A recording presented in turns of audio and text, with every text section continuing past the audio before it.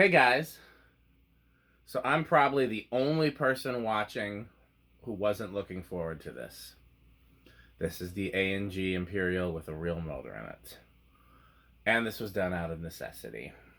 As I think everybody knows, um, the gear motor that was specific to this was on its way out as I was testing it and hanging it, or it was already failed and I just got one last gasp out of it. It's hard to say because it was disconnected and didn't work when I got the fan. Um, and so I tried a motor from another A&G.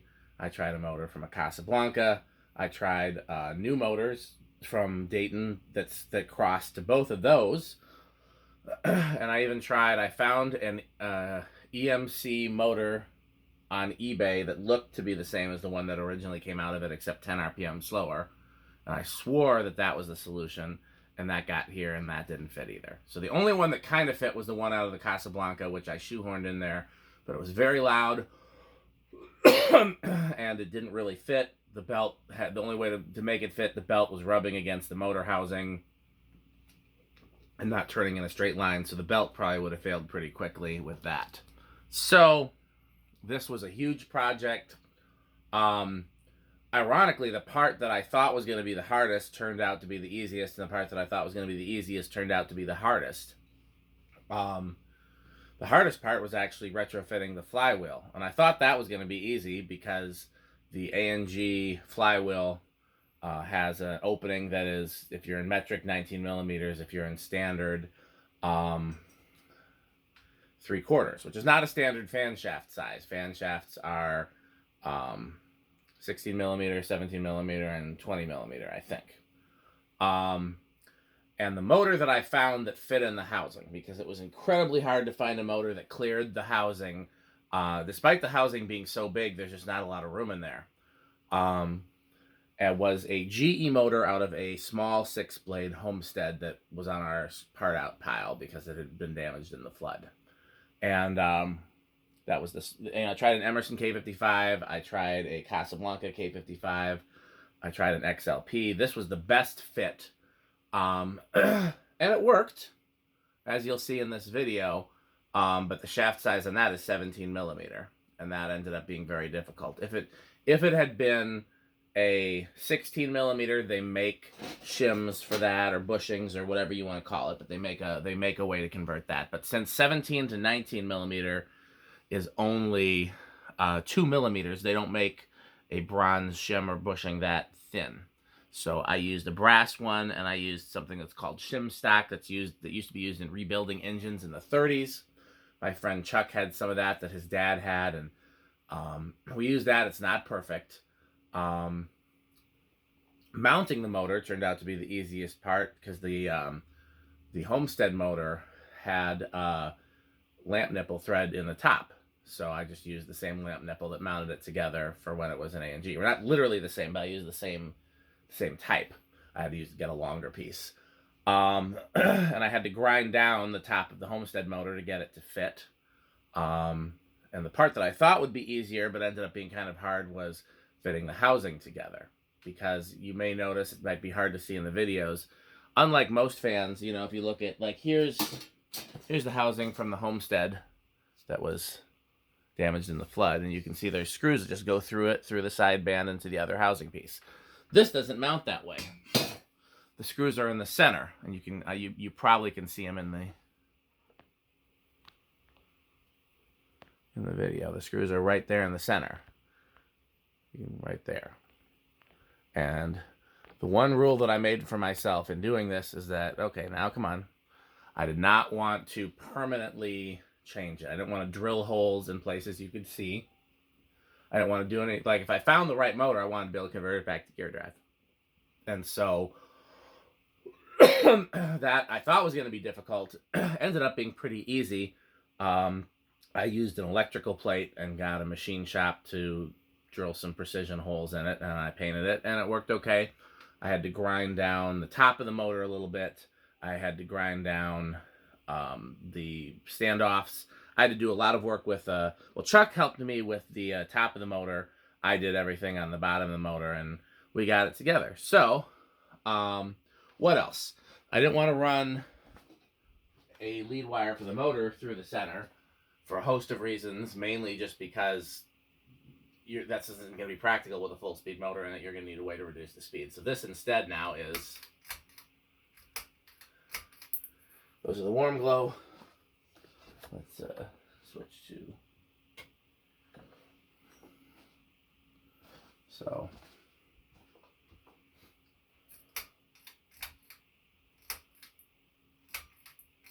and then I put a switch up here to turn the motor off, which is really just for the video. So I didn't see what that inrush was. This is the factory capacitor. I've never looked at one of these small Homestead motors before. I was kind of surprised at how, I don't want to say weak it was, but normally these GE motors draw like 1.2 amps. They're like a K63. And they use a 6 microfarad capacitor. This one used a 6 microfarad capacitor, looked identical, and it was rated for, I think, 0.4. So clearly it was designed for a smaller fan, and this must have been after GE started making motors specifically for fans, because originally they were just taking other motors off the shelf, just like everybody else. So, but that's fine, because with these blades having the wicker, you don't want it to go 200 RPM. Let's see what it does go. I'll try right here, just to be... Oh, it is over 200. No, it's not. I thought it was over 200. It's not. Let's try right here just to be safe. Yeah, I'm getting 650. Which, honestly, I think that's a pretty good... Anything faster than this, I think, all you'd hear is noise from the wicker. And, yeah, 160. So that's not bad at all. I think that... I don't, like I said, with fake blades, I wouldn't want it to go any faster. If I had different blades for it, then maybe. And it doesn't move zero air. It moves some air. It just doesn't move a lot of air. We'll do a 0 to high again. So let's see how it does on the decade. I think it's going to start around 3.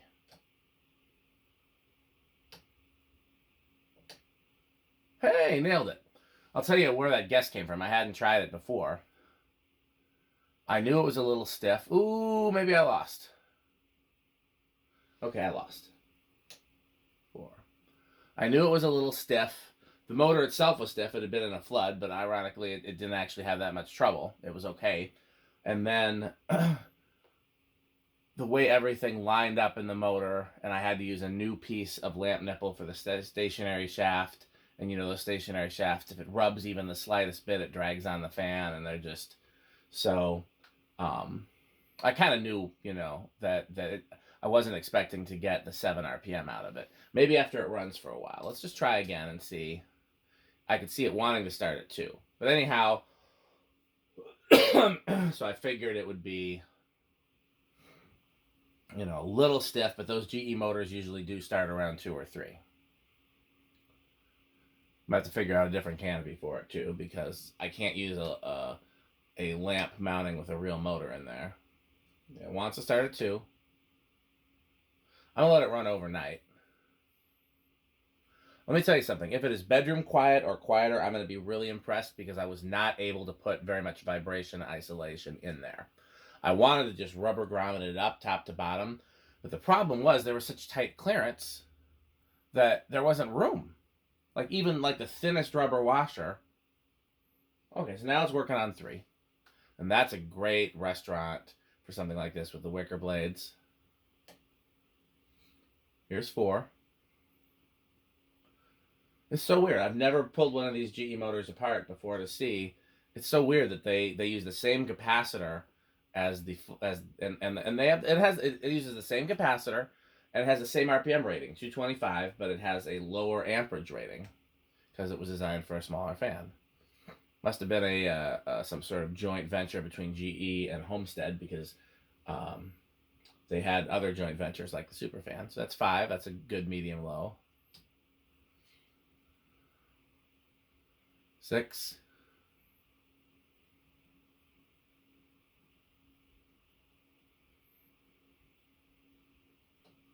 7,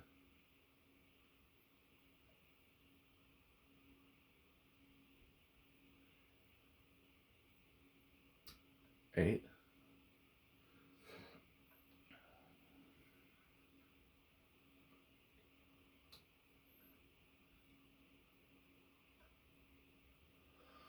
I do have the capability to reverse it, but I'm not going to because there's no set screw. And there's no easy way to do that. Plus, what would be the point of reversing it? It doesn't have real blades. 10,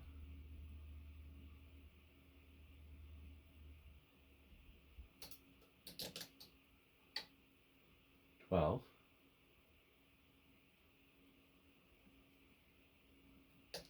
13. I balanced it as best I could, but it's a metal flywheel. And the flywheel isn't the issue. The irons aren't the issue. It's how the flywheel sits in the shaft. Because, again, I had to shim it. And there was no actual shim designed for that. So I had to make a shim. So it doesn't sit. It's a fraction of a millimeter off. But that's enough to off balance it. So I've got washers under the blade irons to try to compensate for that. But that can only do so much as well. If I were to install this, and I definitely would consider installing this over my dining room table when I'm ready for the Newton to come down. So I guess I should say when I install this, because that's really the only place it would fit unless I could find smaller blades for it. I would love it in the upstairs hallway instead of the small Newton. I would need smaller blades, and these are not. Plus, I actually need a fan that moves air there. So I'm just going to skip ahead. Yeah, we're all the way to 20, and we're not. What's high again? Yeah. 25. I did check the capacitor, too. 35. Does not go over. Interesting. The full current GEs do go over. So that is interesting. Did we do spin down already? I don't remember, so we'll do it again. It would have come with giant tulips, like that look like the regular Casablanca tulips, but are like twice the size. One of them was broken before I got it, and I'm not a huge tulips person. Anyhow, I need to find a center shade that matches, and I actually love these shades with it. I'm open to the ideas of other shades, so make your suggestions. If I'm going to hang it in my house, they need to be some orange or amber or brown color. Okay, let's do solid state. I'm very curious to see. Like I said, if it's bedroom quiet or quieter, then I'm going to be really happy. It's not silent.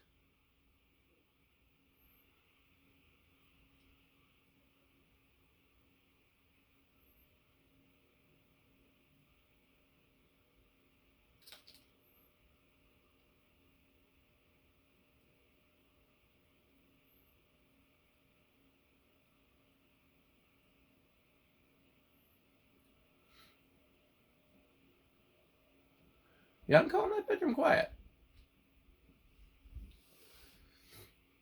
It's I don't know if I want to say high end of bedroom. It might be right in the middle. It's not low end of bedroom for sure.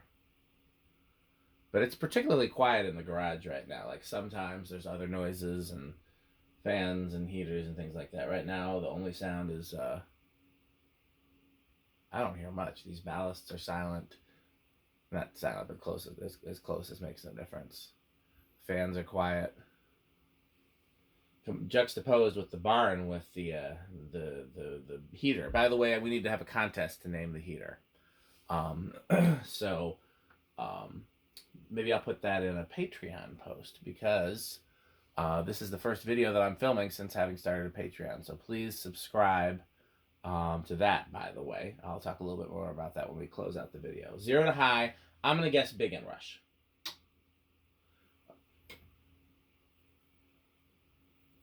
And I am wrong.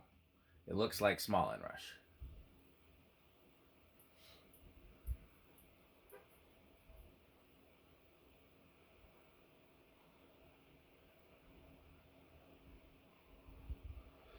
Now, despite not being real blades, these blades actually have quite a bit of drag because they're wide, they're steeply pitched.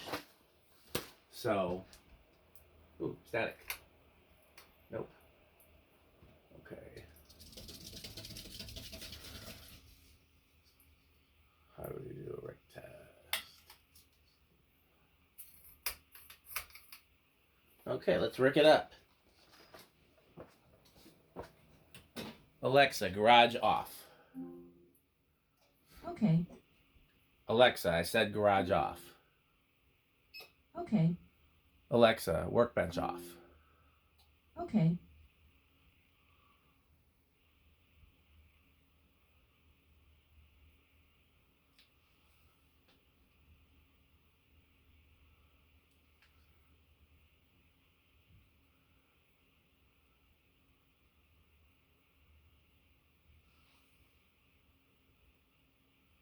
I'm going to bet this is a very high tier of Rick.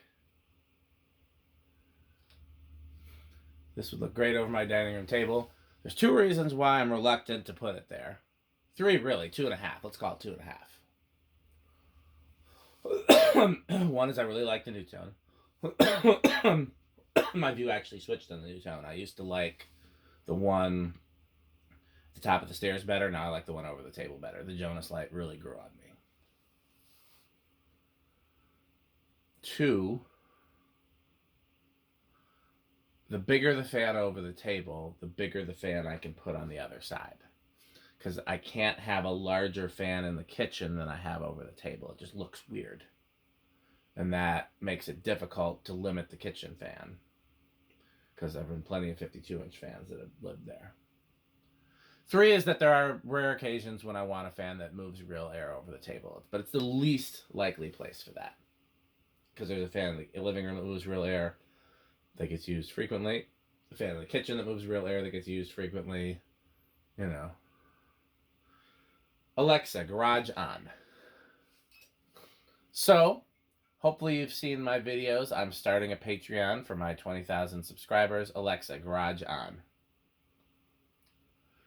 It is for my 20,000 subscriber milestone. Alexa, garage on. Alexa, garage back on. I don't know why she's so disobedient sometimes. So what that means is you pay a small subscription fee. Right now it's set to $3, $6, or $9. My wife thought those were kind of high. I might change them. Those were the ones Patreon suggested, so I'm going to see who's right. And yeah, so you pay a small subscription fee, and as a result, then you get to help me, but more importantly, you get to see behind the scenes content, sneak previews, exclusive content, stuff like that. So the example that I keep giving, because I think one of the things that my channel loves is the youth center, the former Rex Theater, Lawndale Theater, Grandale Theater. I should do a workbench video on that place and talk about all the transitions that it went on over the year, because people love that freaking theater. But there's videos that I've filmed there that haven't been public yet. There's videos I filmed back in December. It's January now. That have not made it public yet, and I filmed them there at that theater. That will be public when they get their place in the schedule. But I could do sneak preview to Patreon. There's also behind the scenes footage from there that I've filmed for my uncle. I've filmed for Pete and Rick. Rick and Pete have filmed for me. You get the idea. I can put that on Patreon. There's reasons we don't want it public, but we can put it somewhere where only specific people have access to it, and that's what the Patreon is. So, if you can spare $3, $6, or $9 a month, go to patreon.com/dspiffy and subscribe, and you will get access to that content as it goes up. And I hope that that you will enjoy that and appreciate it. So, as always, ooh, the lamp does weird things, huh? Take it off, lamp. This is probably how I'm going to leave it. Either that or I'll turn the center light on. But I'm going to have the orange light on, and I have the fan on high, and just let it run for a while and see if it frees up. Yes, so pretty soon, Patreon will hopefully be our top sponsor. But in the meantime, continue to support our current sponsors, Fanstick, Lightstick, and Taco Burrito Mexico. Thanks for watching.